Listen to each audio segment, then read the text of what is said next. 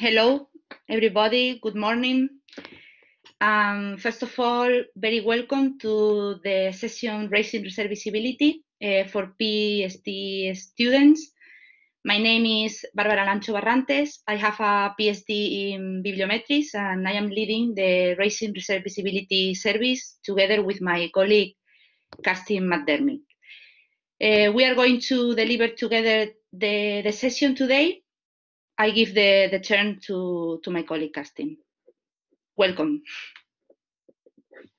So the learning outcomes for today. So we're going to discover sort of the key importance of research visibility and ways to promote your profile online. We're going to look at different tools you can use to select relevant topics to seek out potential collaborators, and you'll really understand why it's crucial to manage your data so that you can share it. We'll show you how to find conferences and select suitable venues to publish, and how to entitle your manuscript for successful dissemination, as well as general tips on raising research visibility throughout all the stages of your research. So I'm going to ask a question now to everybody, and I'd really love to hear your responses in the chat. So you can just basically type in the chat. That would be brilliant. So the question is, why do you think it is important to raise research visibility? So we'd love to hear your responses. So we'll just give about a few minutes just for you to respond to this. Funding, okay, yeah. Beanie says funding, that's a good, yeah, definitely a priority. To foster collaboration, yeah, excellent. Exchange information and skills with other researchers, yeah, excellent. So that your research has a clear and obvious impact inside and outside of academia, that's wonderful, Elizabeth, that's a really good point. Career progression, yeah, these are all wonderful responses, yeah. So yeah, so this is great. So it's not just about sort of the local impact, but also the global impact as well, and collaboration on a global scale and networking wider than your immediate peers. Yeah, this is great. So there's lots of really great responses there. Avoid stagnation of research. Yeah, that's great. So yeah, it's about generating reach, broadening your profile outside of your immediate peers, funding as well, raising your profile not only of you but your institution, getting constructive feedback about your research. That's a really good one, because you can build on research by promoting it and gaining dissemination and visibility. The more people that see it, the more people can collaborate on it and build on it. So that's a really good point. Thank you very much. Okay, well, thanks so much for everybody responding there. That's some really good responses.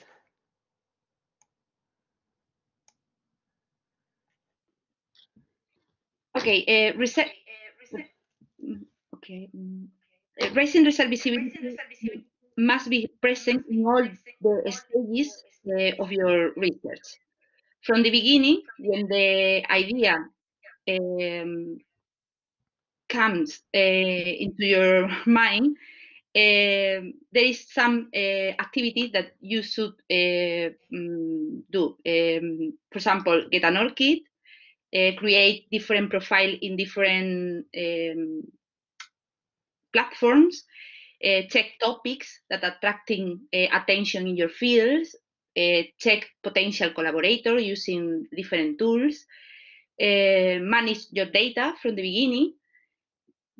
When you are doing your research, you should think about what is the most appropriate journal to publish your paper, attend and get in touch with colleagues in conferences, use social media to talk with your colleagues and promote your research, even if you not finish your research, but some ideas.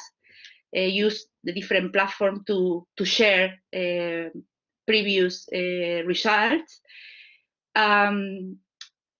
keep in touch with colleagues, and also bear in mind, be consistent with your name and your institution. And after, when the publication is finished, you should deposit your papers wherever is possible, in your web page or in different repositories. Well, consider publishing the data in data journals, disseminate your output through social media. So this is the activities in each stages through all your research. We are going to explain in detail each of them. So, but this is the structure you can keep in your mind to increase your visibility. We are working under the premise that your high quality research deserves as much attention as possible. It's our because we are aware that your research has high quality, but for this you need to promote, that other people can know your research and increase your visibility. Why research visibility is important? To promote your research, to reach a wider audience, foster networking and collaboration, attract feedback from others, increase your impact and your citation. Again, visibility is important through all stages of research, from the beginning, during your research, and after. So you need to think about visibility in all the stages. All stages are important. We are going to focus now in the first stage, before, in all the activity that you should do. Get an orchid. I don't know how many of you have an orchid already. An orchid is an identifier that let you to identify and distinguish from others, and it's totally free. You can create your ID, your profile in Orchid, and it lets you to connect with databases through the Orchid. Many of the journals ask to add the Orchid to identifier in the journal. So in many journals it's compulsory to have an Orchid ID. So, for example, if your name is John Smith, and there are more John Smith in other institutions across the world, but it's through Orchid let us to identify that you are John Smith from the University of Leeds. It's a way that identify yourself from others, and it's quite important. I am going to because you can use the chat because I would like to know how many of you have an Orchid already. So feel free to answer through the chat, but I am going to show you. Oh, nice. I am going to show you what is an Orchid, and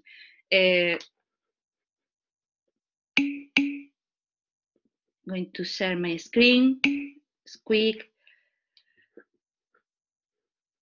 So we have a web page. You can see my screen. Okay, in the web page of the library, we have a part dedicated to Orchid.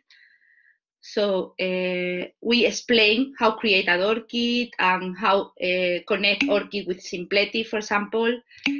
But if you click in Orchid website, so this is my profile.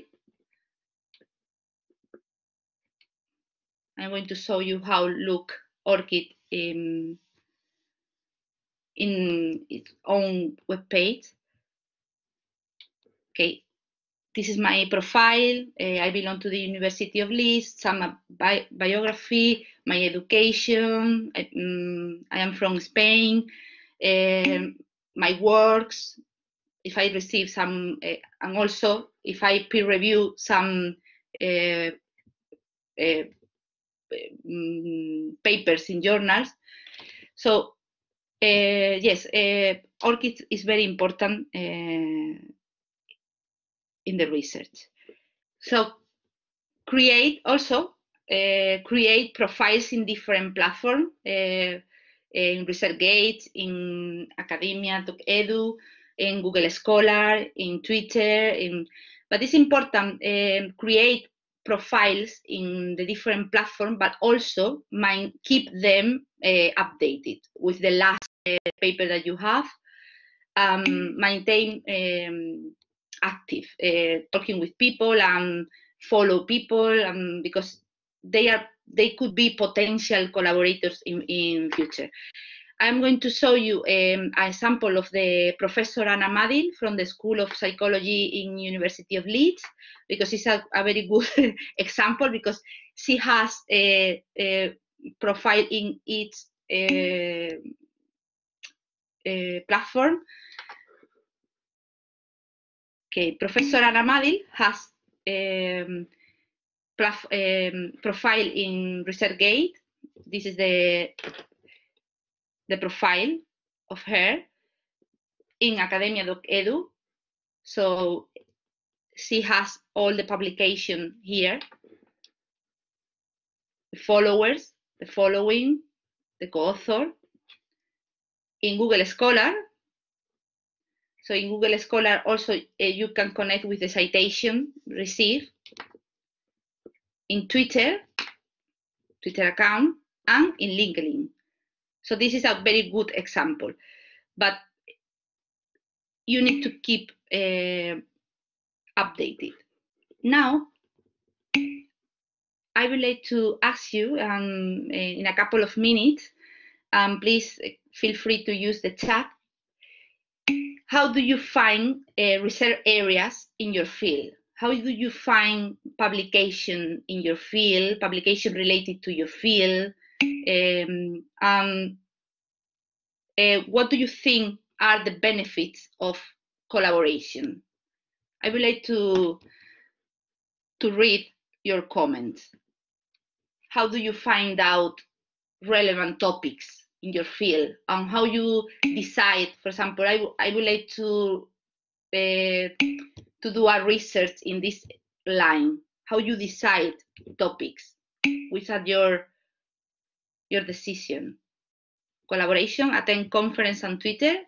Good, yes, it's a way to find out collaborators. Non-academic policy. Databases. Perfect, yes. I'm going to show you how search topics using databases and using Scopus and Web of Science to select collaborators. I am going to share again my screen. Web of Science, yes, perfect. Web of Science, Scopus is a way to search topics and potential collaborators in your field. I'm going to show you how you can select this using Scopus. I don't know if you are familiar with Scopus, with the main databases. Scopus and Web of Science both are multidisciplinary databases. We have both licenses at the university. We can use both Web of Science and Scopus. But today, because this is a webinar of an hour and a half, we don't have time to explain all the resources that we have. Today we are going to focus on a search in Scopus. But if you are interested to search Web of Science, please let us know, because I can show you how do the same using Scopus in a couple of minutes. So, but okay, if you type Scopus in the main page, the library, you select go to Scopus.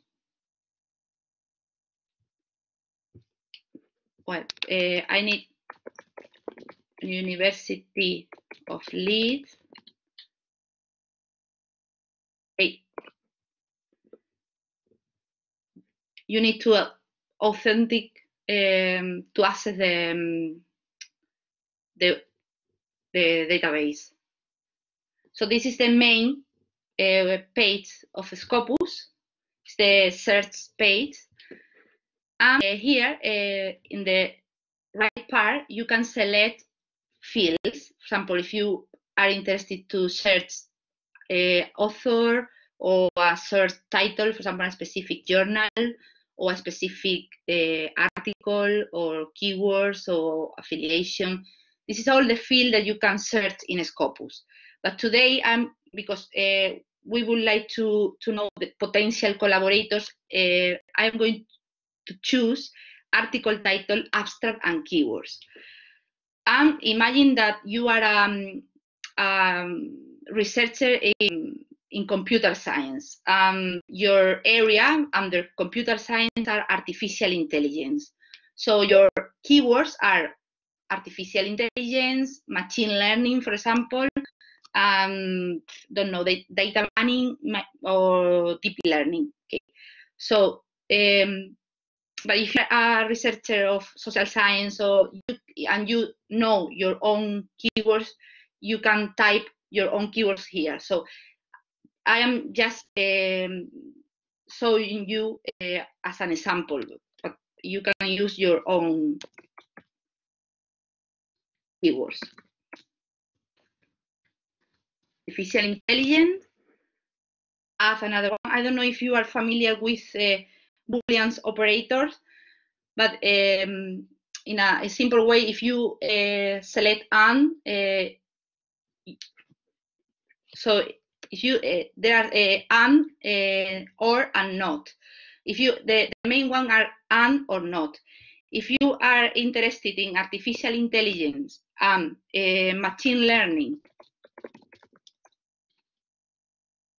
and deep learning, for example, because this is your specific area, this is your niche in computer science. If you select and, it's because you are interested that all the keywords are present in the article at the same time in the article, abstract, and keywords. So they should be present at the same time if you select and. But if you the database will show you all the documents that use all the three of them at the same time in the article, abstract, and keyword. But if you select instead of and, you select or, the database will show you documents that use artificial intelligence or machine learning or deep learning, but not at the same time. The database probably will show you documents that just use artificial intelligence, others that use just machine learning and deep learning. I am going to choose or instead of and. And also you can limit your search, for example, all years or a specific publication window. For example, if you are interested to know which are the more recent paper using these keywords in your field. For example, I am interested in the last paper, so 2019 to present, and then or a specific type. If you are interested just in articles, on reviews, on book chapter, so you can select which kind of document you are interested that using these keywords. But I am going to select all because I am interested in all. And access time, if you are interested in just in open access publication, but I am going to select all. So search, and the database is going to show me the publication using these keywords in this specific publication window, the last couple of years. So this is the total number of documents using these keywords. So to show to know the potential collaborators, you can click in all the documents and analyze search results. You can do the same using Web of Science. I am just, this is an example. because of time. So the total number of documents per year, you can see the total number of documents in 2020, 2019 using these keywords. You can see the documents per author. So this is the author that published using these keywords in the world. For example, are your potential collaborators because they are using these keywords in their papers. So if you are interested to choose some potential collaborator, for example, if you would like to write them for a research stay in their laboratory, or you would like to give feedback, that they take you feedback or in some paper, or just do a paper together. So you can click to decide. For example, you can select all of them and paste in a spreadsheet, and you can calculate the citation received. For example, who is the researcher that received more citation in your field, in order that have to make decision. For example, in order that I would like to collaborate with Sam because Sam is the author that received the largest amount of citation. The way to know that is click on the document. This is Sam published 100 documents using these keywords. And if you would like to know how many citations Sam received to this document, you select in all. You select all. Sorry, Scopus is thinking. So you select all and view citation overview. So the database is going to calculate the citation received by Shen. So Shen in this 100 document receive a total of, it's still calculating. Come on, Scopus, you can do it.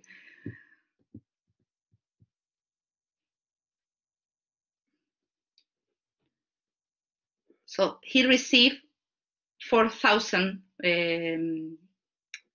citation, and you can repeat the same with the other collaborators on the list. And you can add in another column, you can add the citation received in order that say Sam published the most in my area, but not received the largest amount of citation in comparison with others. So probably you prefer collaborate with others that publish a bit less, but receive more citation, more impact, more visibility. So you can also know in your field which are the institution. Oh, sorry.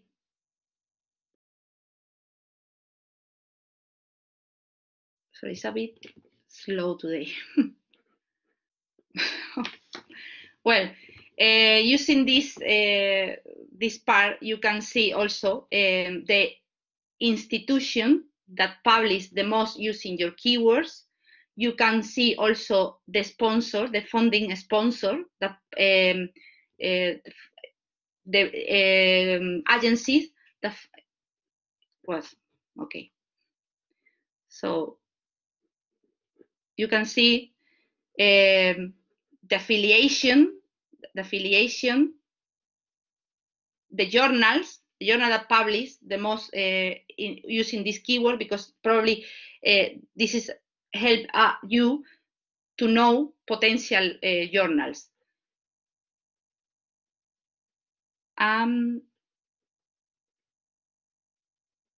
Affiliation, this is the universities publish the most in these keywords, and the funding sponsor, this is the funding that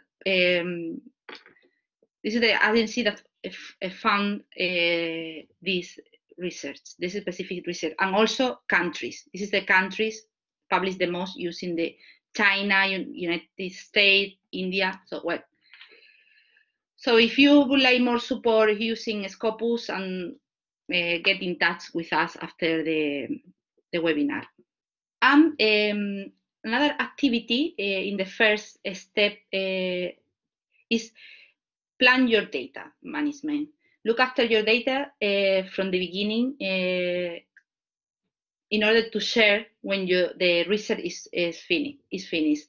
Most funders now require researchers to submit a data management plan with grant application. So you need to have a data management plan for your thesis from the beginning. And also you can use your data after your thesis, and you can publish your data in a data journal.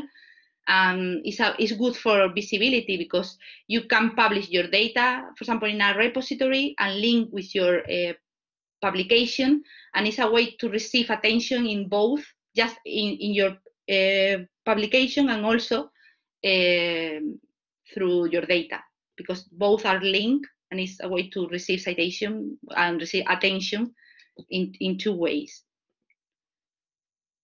Okay, now this is the second stage when you are doing your research. Present research funding and conferences. Again, there is a web page, all conference alert, that you can search by topics the conference that is going to celebrate soon, for example, in your country or in your area. For example, if you belong to medicine, health and medicine, dermatology, for example, you click, because you are a researcher from medicine that's specific in dermatology. The international conferences 2020 and 2021 in October are this one by list. It's a way to know the next conference. Or if you would like to know by country, you can click on United Kingdom, and this is the conferences in United Kingdom in October. Or if you click in November, you can see all the conferences. It's good that you present your result in conferences, not just all your result. If you have early result and you would like to present this in a conferences, it's good for visibility. And use social media during your research to generate interest and gain feedback. So in ResearchGate, there is a part that you can write a question, for example, for the community in order to receive feedback. I'm going to show you how you can do that. For example, if you would like to receive some comments from your peers, if you are doubting if your research is interesting or you are approaching in the best way, and it's a good to know who others are working in your topic too across the world. Because if they reply to you, it's because their research is related to you. So I'm going to show, for example, this researcher asked a question: why does curcumin contain anti-cancer properties? In December 2013. And others answer, this is a vast topic, you will only, so other comment and recommend references related to the answer. And again, this is a way to networking and to know who are working in the same area than you, and this is a way to know potential collaborators too, because you can write private to them and continue collaborating in a specific area. Okay, now I would like to know in a couple of minutes again, how do you find journals? How do you find sources in which to publish? When you are working on your paper and you just is finishing, or you are thinking in journals, which sources or which platform or databases do you use to find out sources? How do you find journals? I could access the course material in Minerva. How I can access that? I think we can send this after the webinar. I find a paper similar to mine. Yes, this is a very good way. Journal use when searching, yeah. Well, yes, Saimago, perfect. Can look at the H index. Supervisor, perfect, yes. Journal Finder in Elsevier, perfect, yes. You can paste in Journal Finder, you can paste your abstract. They recommend you potential journals. Follow the names with a similar interest and they writing a publication.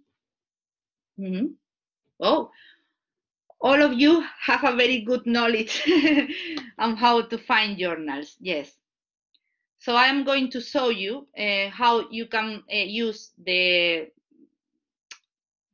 platform, the database that we have available at the university.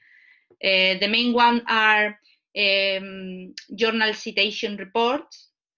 I don't know if you are familiar with this, and a Scopus source. And Saimago is a web page that takes data from Scopus.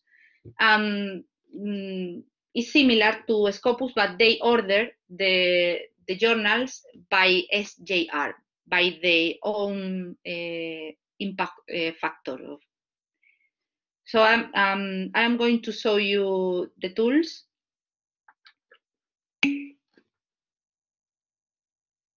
Yeah, by checking the author who got more citation. Perfect. Yeah, good. Yes, it's good to check the citation because it's a way to decide where to publish. Not just the citation, but citation can help you. So I'm going to show you first journal citation reports. The way to access this is the same. The same library.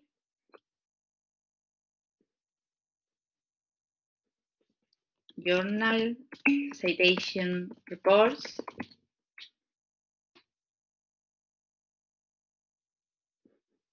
You click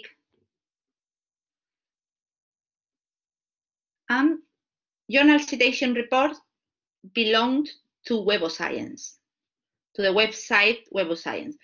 So all the journals belong to Web of Science. You can find in journal citation report. But for example, if you are interested in a journal that doesn't belong to Web of Science or Scopus, you cannot analyze with journal citation reports. So I'm going to show how find out journals. You can select a category. For example, if you belong to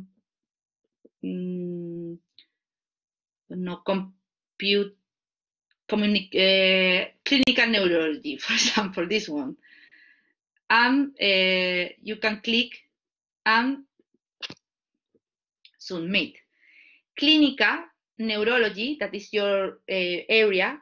If you are a researcher that belongs to health sciences and your research is related to clinical neurology, and 204 journals belong to this category.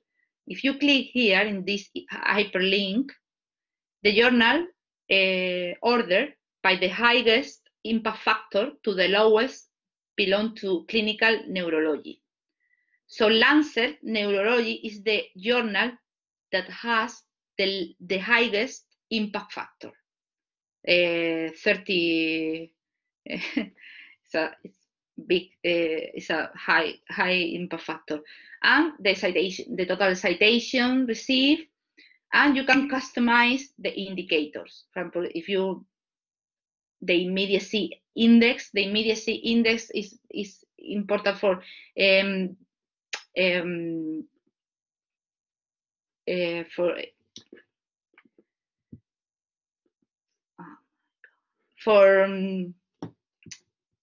areas that immediacy is quite important. For example, for engineering or chemistry, medicine, that immediacy is quite important. So if you belong to this area, probably immediacy index is important for you.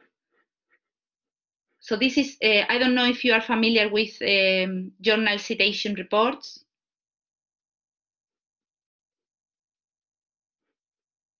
With impact factor.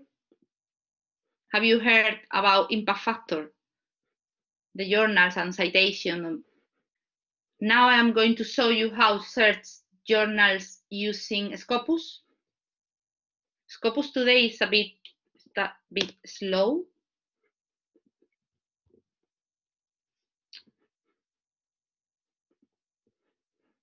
Probably it's my connection.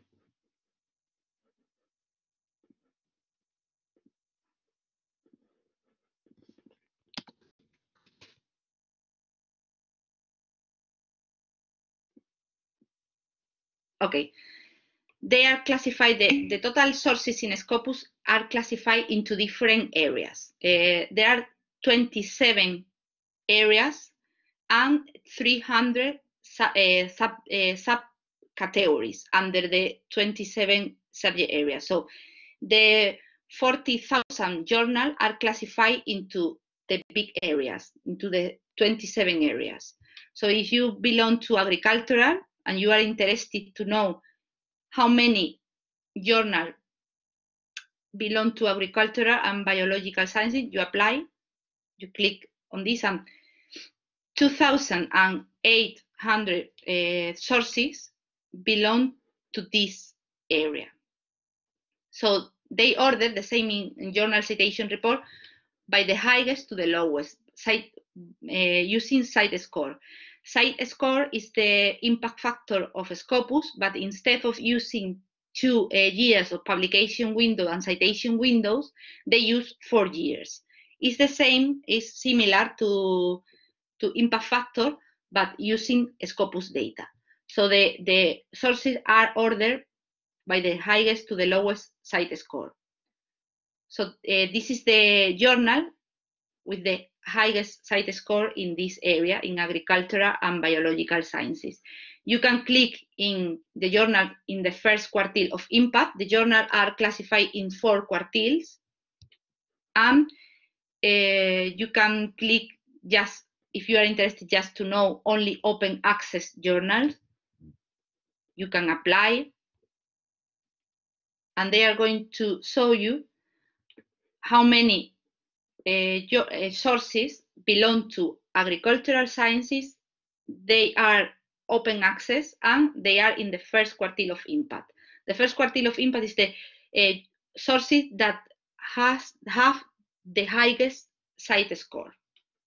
So this one is the source that with the highest site score, first quartile of impact, and open access.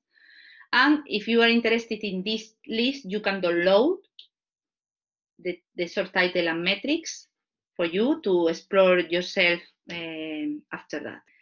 And Saimago journal country rank is similar to Scopus because Saimago takes data from Scopus. And if you click in journal rankings, you can select, for example, chemical engineering and a specific subject category under chemical engineering, for example, chemical health safety, and they order the journal using SJR.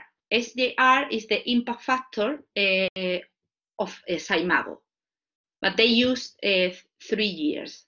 This is another metric. It's another journal metric, but they order and also use quartile. The green one is the Q1, the first quartile of impact. The yellow is the Q2. The orange is the Q3. So this is a journal that is in the third quartile of impact. The green one are the journal that with the highest SJR, with the highest impact factor in Saimago. Hello again. So a really good way to maximise your research visibility is to publish open access. So that's those are journals that are fully open access for anybody around the world to read and download. So many major funders now require research outputs from funded research to be made open access. And you can check a really useful tool called Sherpa Fact just to see what your funder requirements are for your journal. So I'm just going to share my screen with you now. So here's another example. So the website's really simple to use. You can just type in your funder and the journal you want to publish in.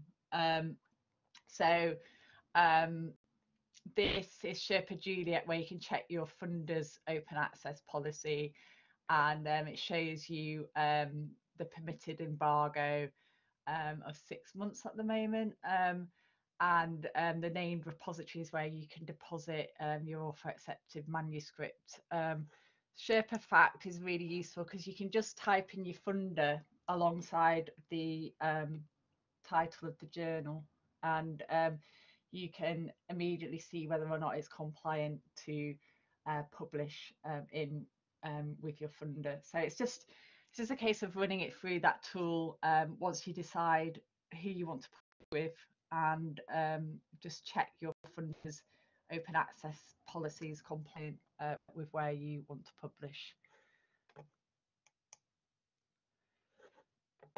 So during your research, it's really important to think about writing clear and concise titles for your manuscripts. So an effective title should present the main topics of the study and really highlight the nature of the research, and try to be as concise as possible and use inclusive language, because this really helps to increase engagement. So here's some example titles. So the first title, does vaccinating children and adolescents with inactivated influenza virus inhibit, I'm out of breath just reading this, inhibit the spread of influenza in unimmunized residents of rural communities? This title is way too long. It's got far too many additional words that aren't really needed. So really try to avoid any words that aren't needed, any extra words that you can do without. So the second title is a lot more concise.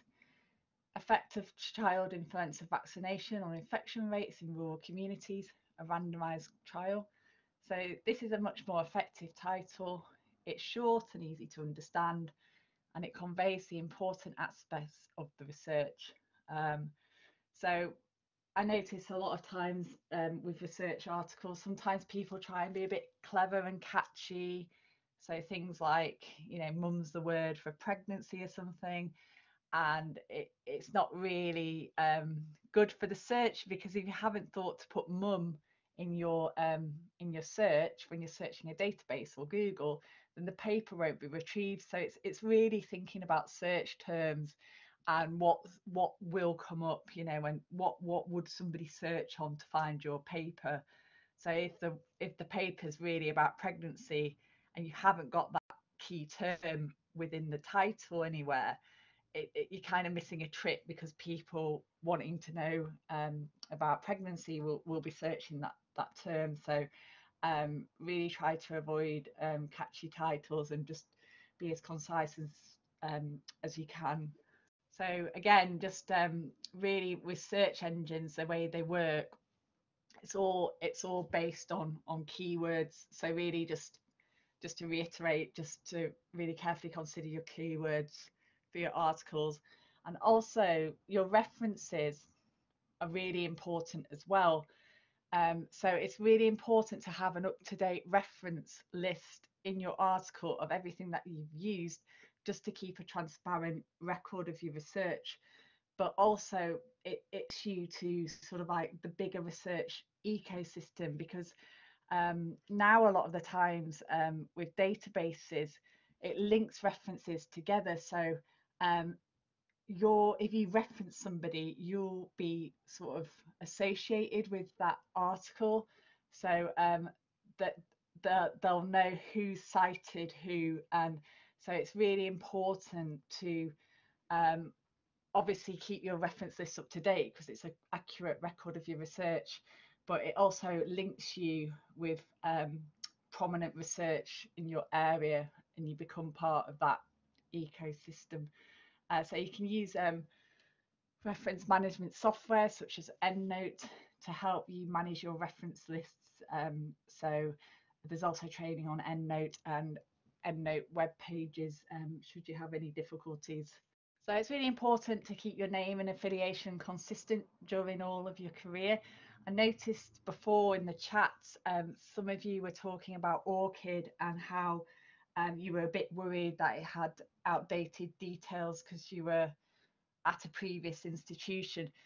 So this is where Orchid is really handy, because obviously researchers often move around institution a lot, and the Orchid helps to have an identifier throughout the researcher's career. So however many times they move jobs, that stays with them. So it's the Orchid ID. It doesn't matter where you're working. So the Orchid ID keeps everything consistent. But what you need to do is always make sure that your affiliation and your name are consistent during your career. So if any of you change your name due to marriage, etc., make sure you update that on your Orchid profile. A lot of researchers like to keep, you know, their maiden name as well, just to keep it all consistent. So whatever name you want to run with, just make sure you always use the same one. So for example, avoid the use of Elizabeth Jones in one paper or Liz Jones in another. So just decide on the name that you want, and just run with it basically. And if you do change institution, make sure you update your Orchid and use the institutional official name. So it's for Leeds, it's University of Leeds. There's lots of different ways University of Leeds can be mentioned in papers. So we've seen it all, you know, Leeds Uni, Leeds University, University of Leeds. You know, it's all, you know, sometimes it gets created and written in the wrong way. So always make sure you use the University of Leeds. And as I said before, be consistent with your main institution when you submit your paper. And that just really helps to maintain your online identity. And for any profile that you have, like whether it's Google Scholar or ResearchGate, just always keep your details up to date. So you've got to the stage where you've done your research, you've had your research accepted in a journal. So now it's the stage where you're disseminating your research. So it's really important to deposit your accepted manuscripts wherever possible. So an accepted manuscript is basically the final version of the paper paper, so it's been through the peer review process, but it just doesn't have all the publishers typesetting and branding on it.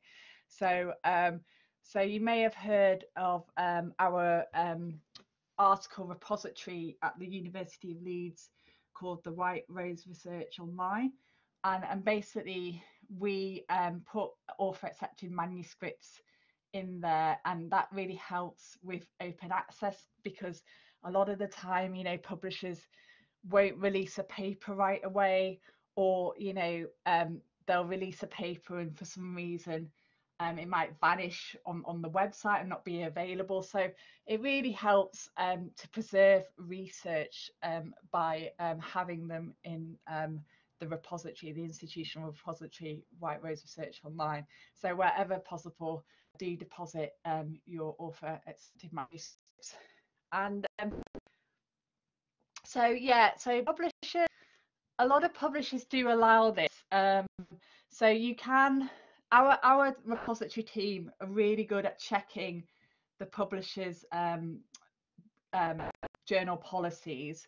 So they won't make anything live until they know for sure it's legal and fine to do so. So don't worry, you don't have to check any of that. Like our team will only make something available if it's safe and when it's safe to do so. So they sort all that side of it out. So all you need to do is just upload it.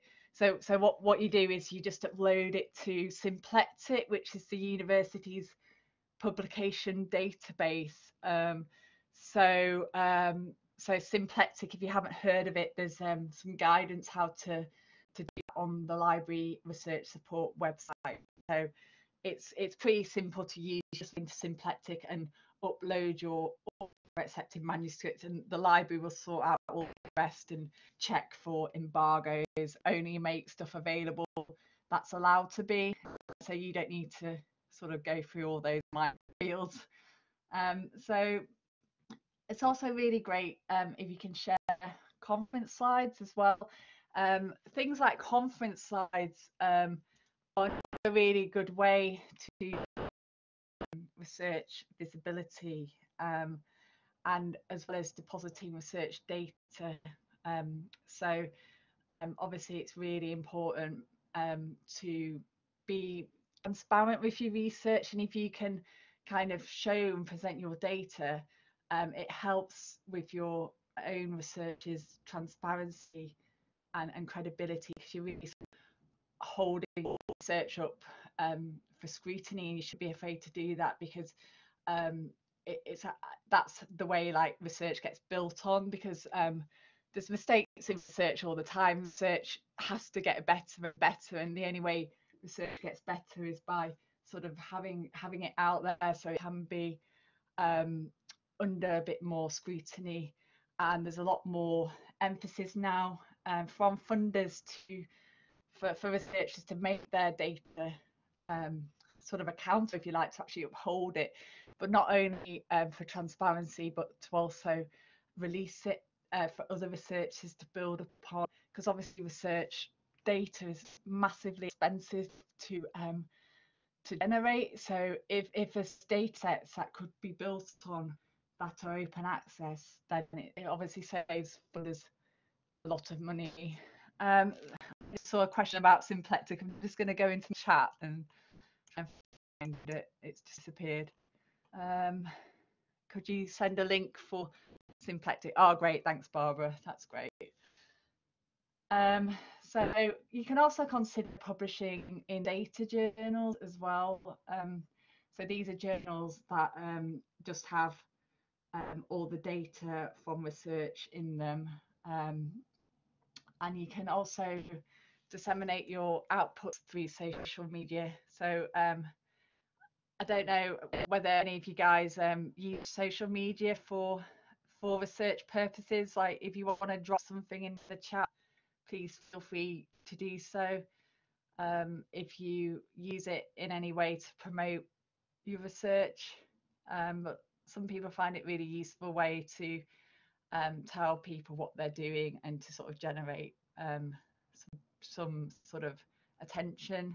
around their research. It's also quite a good way for finding collaboration as well. Sometimes you use Twitter. Do you think you use Twitter more for sort of getting information, or do you sort of, Claire and Hayley, or do you kind of use it more for promotion of your own research? Or is it a bit of both?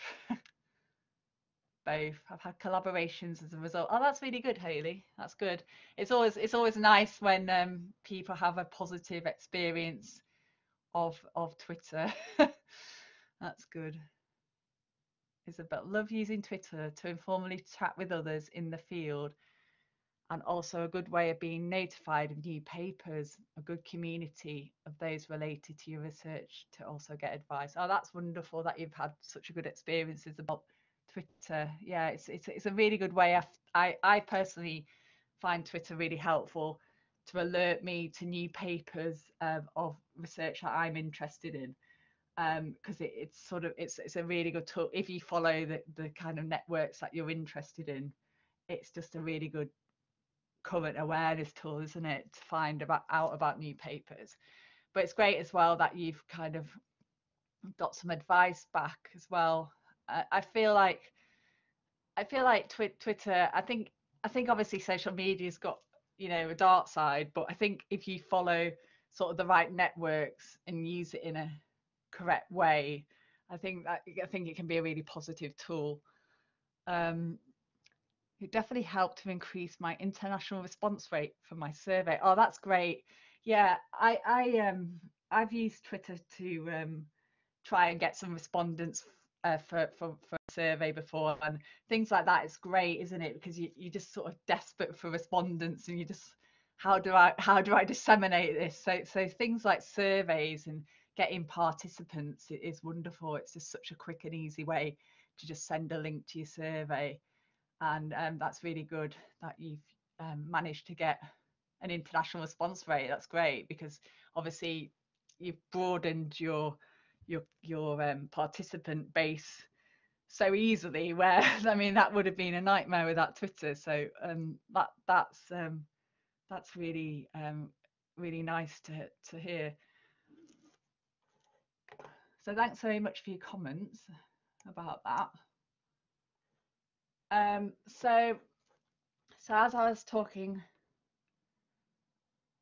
sorry, Kate, I'll just respond to your question before I go on. Does the university offer any support using Twitter? So at the moment, the library doesn't offer any support using Twitter.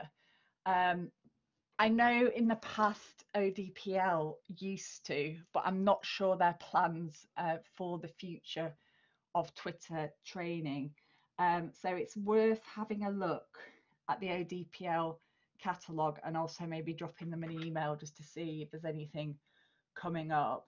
It's something that we always keep under review, so there might be something in the future from the library, but it's worth in the meantime checking with ODPL.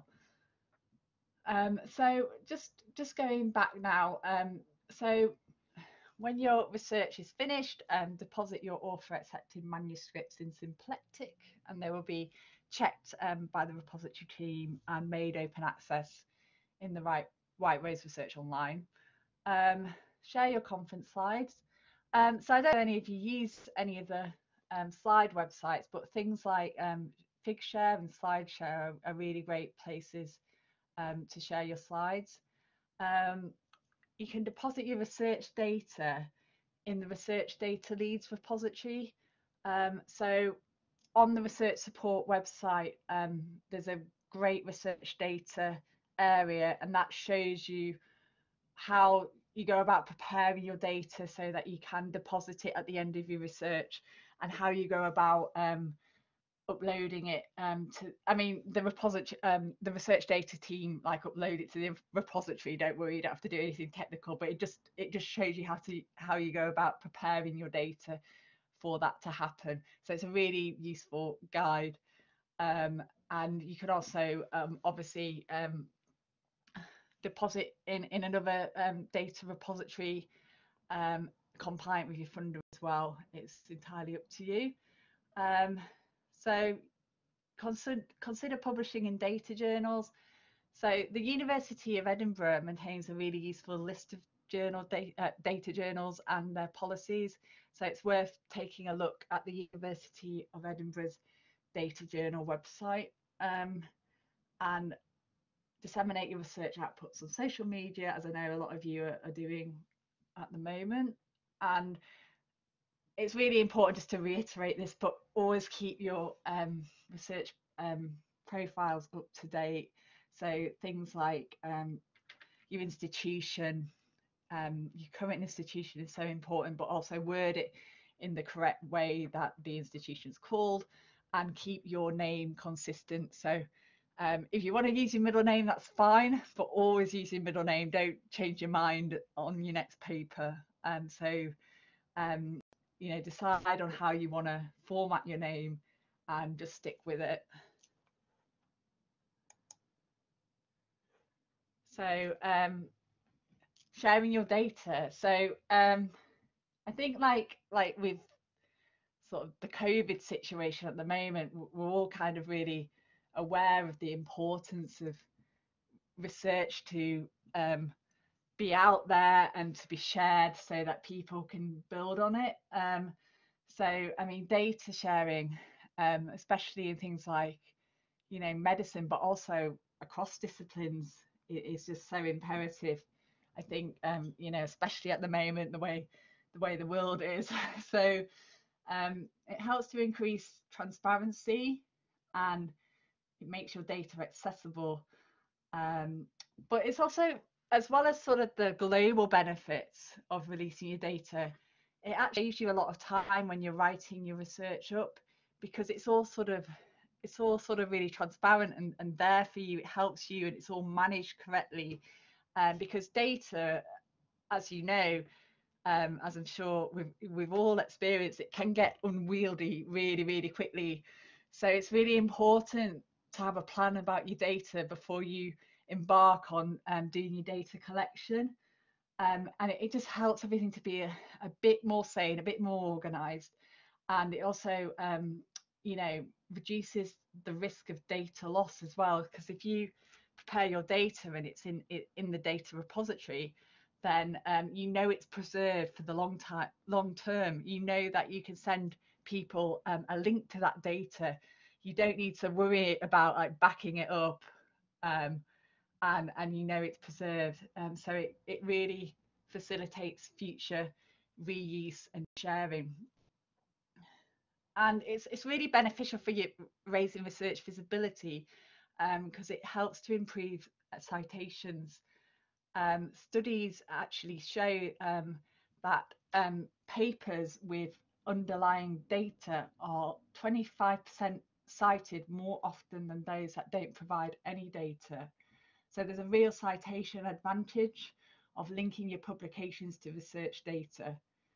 So again, the research data management team in the library, they're your port of call for all of this. So if you've got any questions at all about how to go about planning and managing your data so that you can share it in the future, please have a look at the research data management web pages and contact the research data management team, and they'll be happy to help you.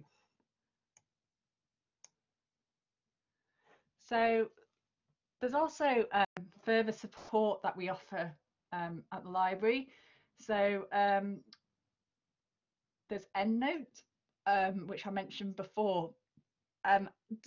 Do any of you use EndNote at the moment? Do you want to just drop me a message in the chat? Yeah. So we do a series of EndNote webinars that you can book on, and there's also really extensive EndNote web pages as well. So you can go through the web page guide step by step how to create and save an EndNote library and how to upload references in there. So I would really recommend it, especially doing a PhD. It does make your life a lot easier, because obviously you're okay. So Mendeley for me, yeah. There obviously are some other management software. So Mendeley is also another great tool. So if you prefer using Mendeley, Nick, that's absolutely fine. It's completely people's preferences of what they prefer. But fortunately, we don't really have the capacity to support anything other than EndNote at the moment. So if you are using something like Mendeley, it's just to be aware that we can't offer any support on it here at the library at the present time.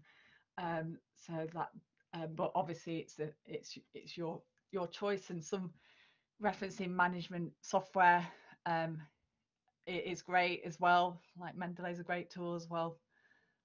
So we also run workshops and have a lot of guidance on open access as well, and literature searching. So I know you're looking at a lot of databases today.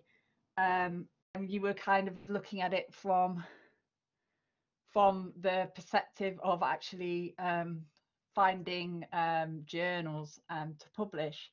So if you wanted to also look at developing your skills in finding articles for your research, we do a literature searching course which shows you how to search different databases to find appropriate evidence for your research. So we have literature searching webinars and also literature searching guides on the website. So you can go through step by step how to conduct a literature search, and that's for getting evidence for your research. So that's for getting lots and lots of articles in your area. So that's not what we were looking at today. Today we're looking at, obviously, from the angle of finding appropriate places to publish. So if you want to look at it for finding research, please do book one of the webinars, or please do review the guide. So if there's anything today that we've discussed that you'd like to ask questions on, please do drop something in the chat. Oh yes, Barbara.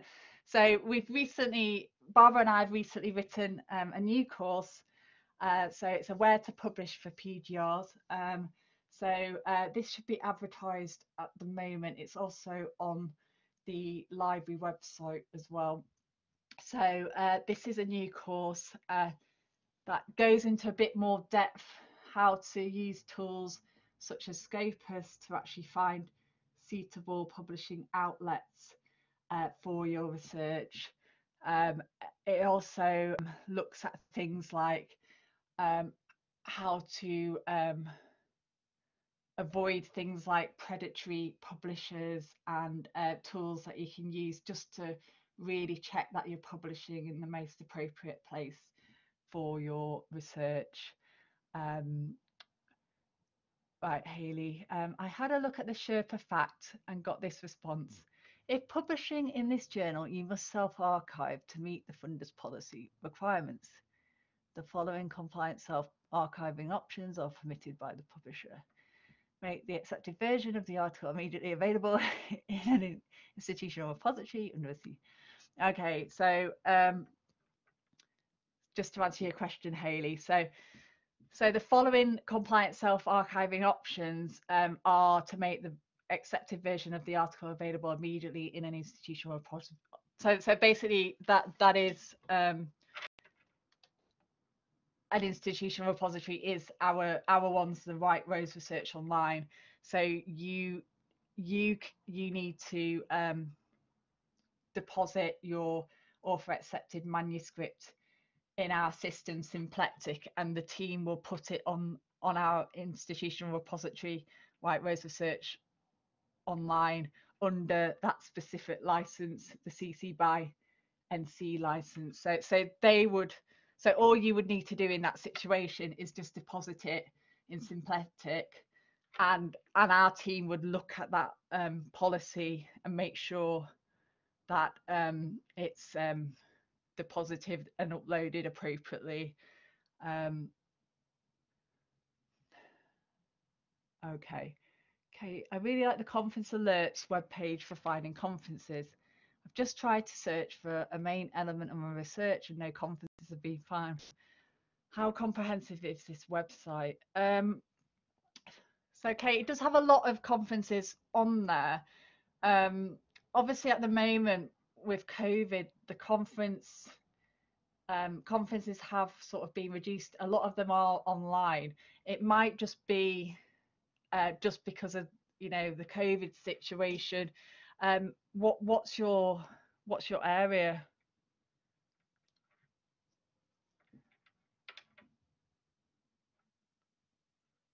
Art space research. Yeah, it just might be that there's just not very many. I mean, it's supposed to have the arts within healthcare. Yeah, so that's quite a specific area. I'm not sure how many conferences typically are in that area. So maybe for that kind of niche area, it might be better to follow certain networks on Twitter, for example, just to sort of make sure that you're not missing anything within that, because obviously it's quite niche. So yeah, thanks very much everybody for attending, and I hope you enjoy the rest of today. Thanks a lot. Okay.